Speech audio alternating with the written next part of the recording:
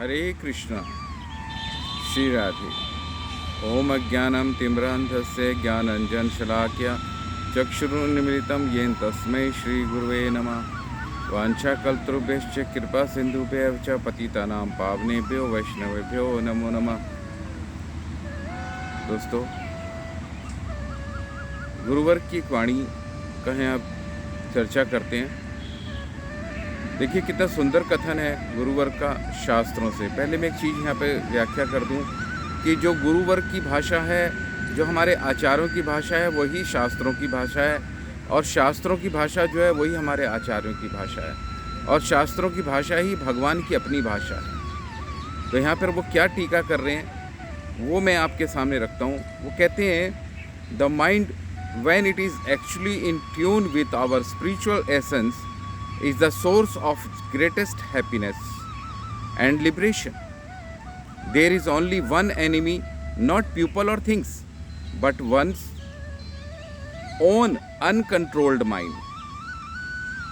It is like a thief that steals away our treasures. कितनी सुंदर बात कही गई है। The mind, when it is actually in tune with our spiritual essence, कहते हैं जो हमारा माइंड है, जब तक कि हमारी स्पिरिचुअल खुशबू से महका हुआ नहीं रहेगा, महकेगा नहीं, तब तक ये ना तो खुश रह सकता है, ना ही ये लिबरेशन को प्राप्त कर सकता है, अर्थात समानता का व्यवहार भी नहीं करेगा।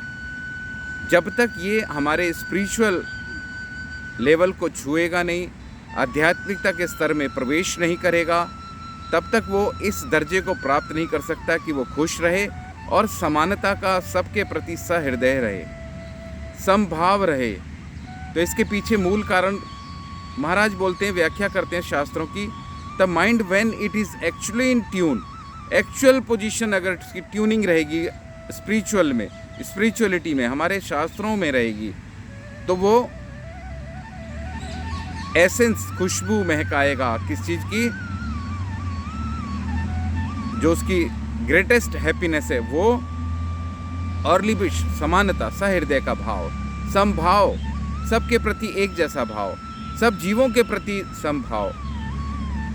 आगे कहते हैं, there is only one enemy, not only people और थिंग्स। कह रहे एक दुश्मन है, एक दुश्मन है हमारा। कौन है? कोई व्यक्ति और वस्तु नहीं। कहते हैं but one's own uncontrolled mind. कह रहे वो हमारा अनकंट्रोल्ड माइंड जो है, हमारा जो दिमाग और बुद्धि है, वो अगर कंट्रोल नहीं होती, कंट्रोल में नहीं है, तो फिर वही हमारा दुश्मन है। इट्स लाइक ए थीफ, और वो इस चोर की तरह है जो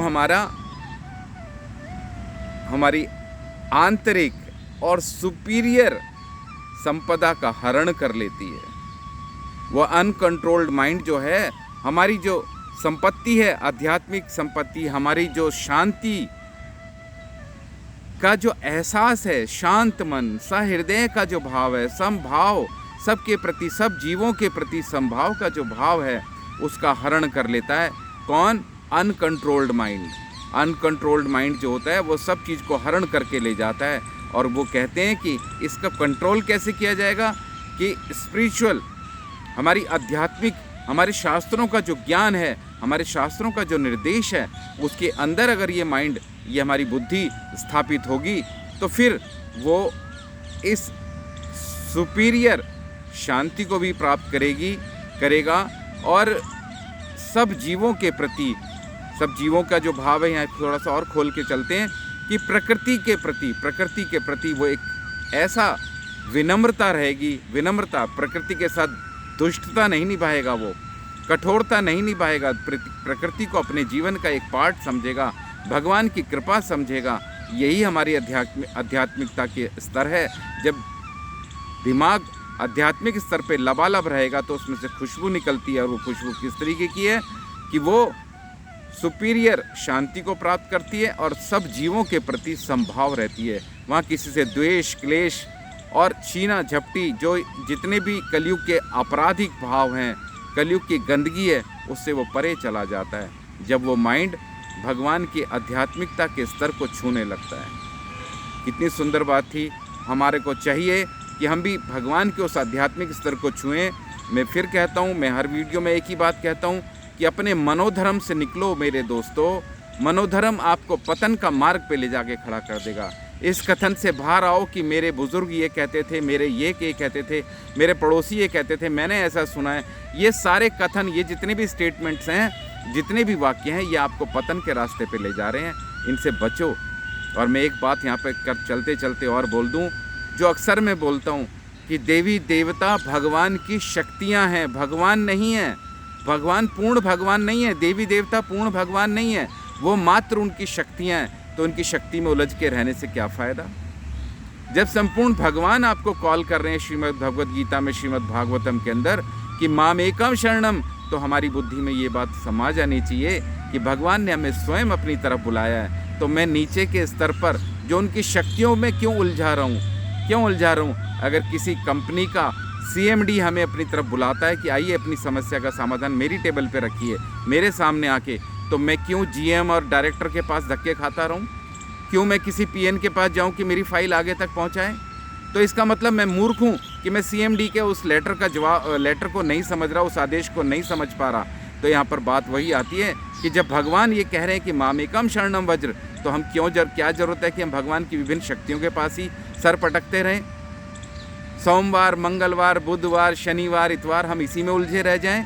भगवान ने कहा सीधे मेरे पास आओ, माम एकम शरणम, माम एकम, केवल मेरी शरण में आओ।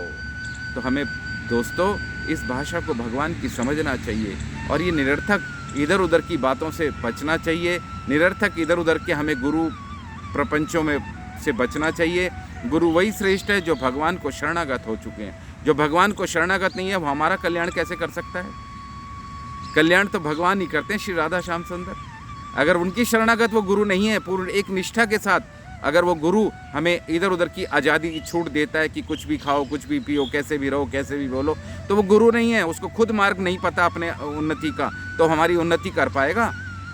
हम चमत्कारिक और सिद्ध करे हुए गुरुओं के पास हमें सर पटक रहे हैं, तो हम सोच लो अपने जीवन का पतन कर रहे हैं।